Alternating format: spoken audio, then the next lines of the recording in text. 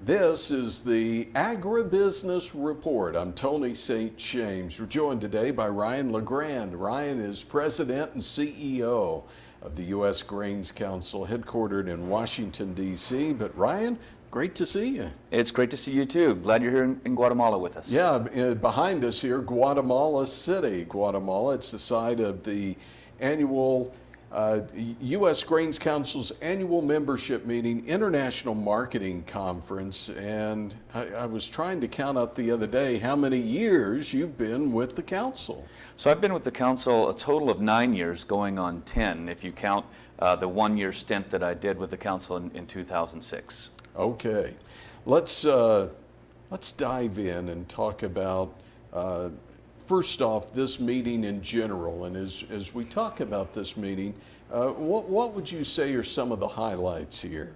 Well, this is our international marketing conference that we hold every year in February, and it's the one where all of our international directors and many of our international staff members come in. And we spend a lot of time in our advisory team meetings, and these are broken down by product and by sector. And we're laying out the strategies, the goals, and the tactics for the work that we're going to be carrying out the next year. And this is where our membership, the farmers and the agribusiness members, get a chance to really weigh in and give input into that process. Okay. And again, the importance of your membership being in here, and actually whether we're talking about sectors for barley or corn or sorghum or ethanol, or we're talking about regions of the U.S., each one of those sector meetings are so vital, aren't they? Yeah, they certainly are. We do separate the sectors, as I mentioned, by commodity or by region, and we bring our folks in to provide the much valued input into our work.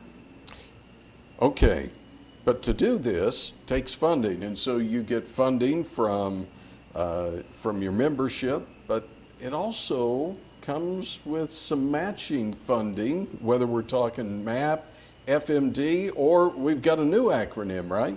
That's right. So we have the traditional MAP, or Market Access Program dollars, and the FMD, the Foreign Market Development dollars, coming out of the Farm Bill under USDA, and that is what is matched with the membership dollars. But just recently, there's a new program called the Regional Agricultural Promotion Program, or RAP, that is set to come out and really provide a shot in the arm to cooperator communities, because we have not had an increase in those MAP and FMD dollars since 2006.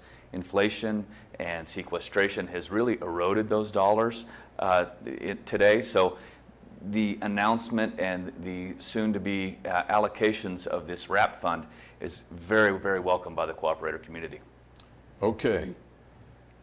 What about, we can look in the rearview mirror a lot, and it's helpful from time to time to see where we've come from, but what about as we look down the road and where we may be going? Is some of that set at this meeting, and as we look even further than just 24, maybe even more than 25, are you optimistic?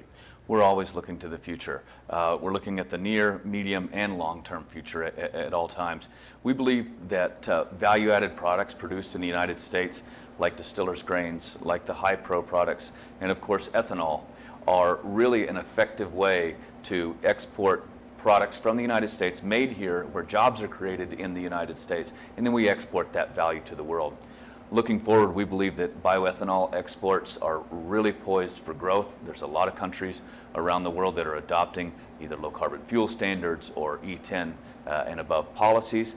So we expect growth in bioethanol exports. And then we've got SAF, Sustainable Aviation Fuel, that's just right around the corner. We need a few things to fall into place to get our carbon intensity score where it needs to be able to supply the U.S. market and the world. But we're very, very excited for the Sustainable Aviation Fuel market and what ethanol can do to contribute to that.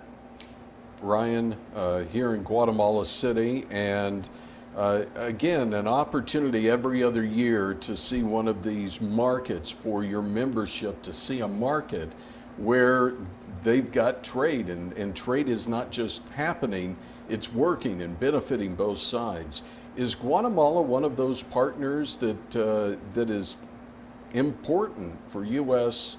grain growers? It certainly is. We do like to find a market where we can highlight, where we can come and meet and highlight the market that we're in, and Guatemala is certainly one of those. It's the largest customer that we have in Central America. They're a top 5 or 6 corn customer, depending on the year. They're a top 10 DDG customer for us, so it's an extremely important market. And then we're also able to highlight Central America as a whole. The collective imports that they bring to the table are significant as well. When we move grain, though, we deal with some transportation issues as well. I know that you spent years in Mexico City working the Mexico office for the U.S. Grains Council, but when we're talking about trying to get grain or those co-products over to, say, Southeast Asia, we use the canal primarily. Are there some concerns there? Have things gotten better? When we're looking kind of the 30,000 foot level, where are we?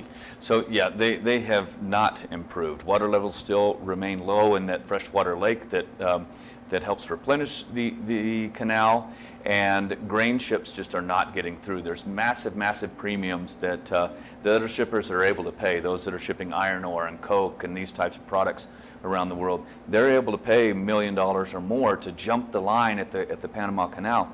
Grains just can't do that and still remain competitive, and it's unfortunate because on the world stage, U.S. corn, U.S. sorghum, U.S. ethanol is extremely competitive right now, and so getting east or getting to the Far East by going through the Panama Canal is presenting major challenges for us today. Well, it's always good to visit with you. Thanks for your work, and congratulations on another great meeting, annual membership meeting in international marketing. Thank you. It's great to be here. Great to have you here, Tony. Ryan LeGrand is President and CEO of the U.S. Grains Council. We're in Guatemala City, Guatemala. I'm Tony St. James. It's the Agribusiness Report.